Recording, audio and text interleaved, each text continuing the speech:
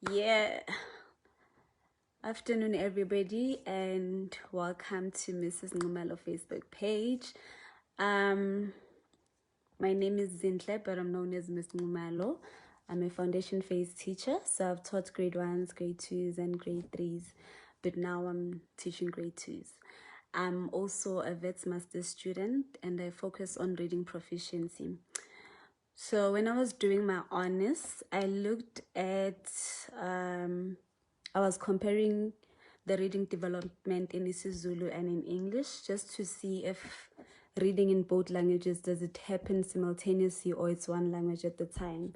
And then from there, I found out that actually learners can learn in more than one language and still not be confused. It can develop simultaneously. So now that I'm doing my master's, I decided to see. So I was like, okay, since they can learn using more than one language, how about I teach them using more than one language and see if there's going to be a difference. So that's what I'm working on right now. I'm busy with my report. And then today, I want us to talk about stumbling blocks to reading, right? So ask me about grade 1s, grade 2s, grade 3s. Yes, I can tell you. High school, I don't know much. So the first thing, it's the age or the maturity. I think as parents, we need to understand that reading is a very complicated process. If your child is 5 years old and they cannot read a whole sentence, it's okay. They're still young. They're not 7 yet. You don't know the work that we get just because you have a child in grade 1 that you have to teach writing and reading a whole sentence, and it's so hard for them and they get so frustrated. And it's not because they're dumb or anything like that, but they're just not as matured yet. But then if your child can read at age 5, that's still okay. It's good for you, but children are different. And then the second one is comparison. Parents, stop comparing your child to your uncle's child, or to you when you were growing up, or to the child next door. That comparison is not good. The best way, replace that comparison by getting to know your child, see how they process things, how they get to process knowledge, and how do they do it, and then you take it from there. So you build them from there. And then number 3, language barrier. Language can be a barrier when it comes to reading. If the child is not used to the language, say maybe at school, they read in English or they read in Afrikaans, but then at home it's a different language. It's gonna be difficult for them because of the language. So it's important for us to identify where the barrier is. Is it because the child is young, that's why they cannot read? Is it because I'm comparing them to my uncle's child or my cousin or whosoever, that's why I don't get to see their full potential?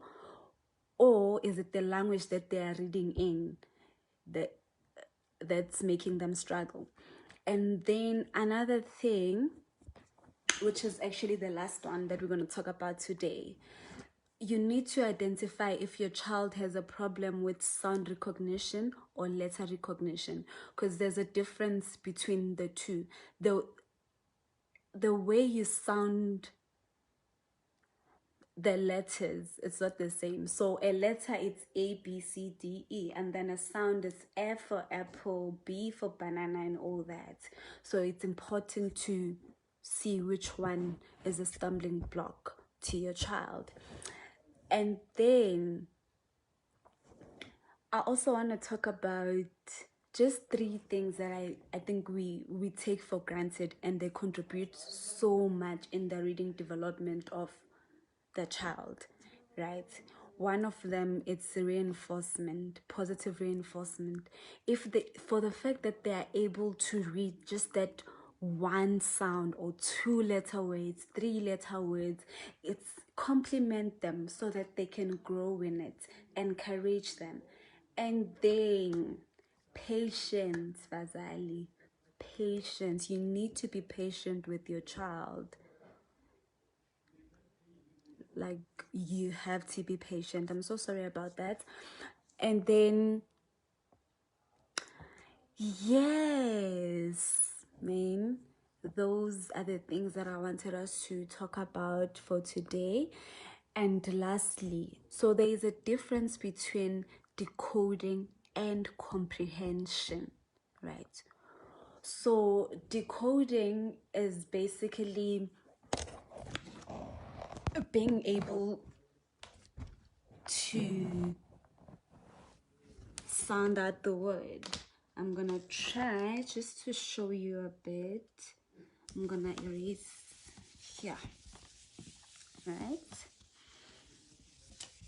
Just for us to have some space.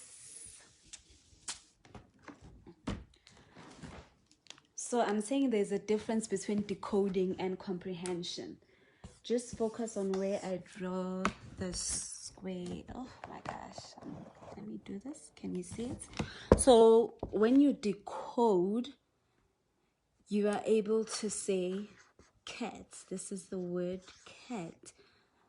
You being able to decode it means you can see, okay, there's a k, there's a, there's a t. You see, you're focusing on the sound. Then you're able to say, oh, that is cat.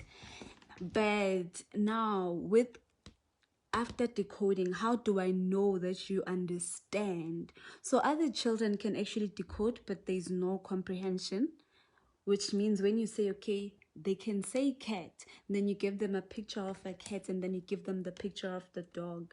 Will they be able to match that picture with the correct word? So that's how you test the understanding of the child. It's easier to see the decoding because they just have to break down the words, but to see their comprehension, they need to answer questions, maybe match the pictures and all that with the correct word. So how I can help you as a parent to teach your child reading, and I was intentional when I went for reading. I could have gone for English, maths, Afrikaans, and all of that, but I think in my years of teaching, I saw it fit that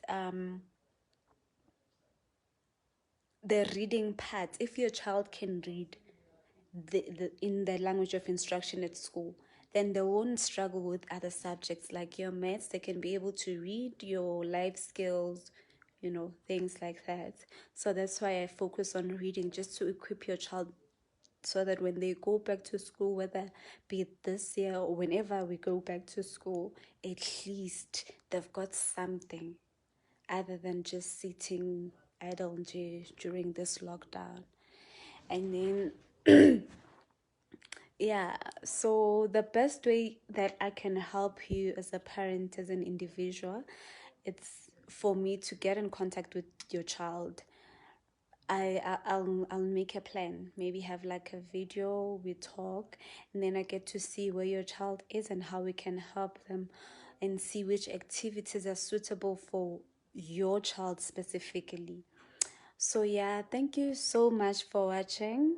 Hey, my colleague I see is here, Job. Hi, Mr. Umenier. Yeah, and for everybody else that is still gonna join this live video and watch it after, you're welcome to drop a question on the comment section below.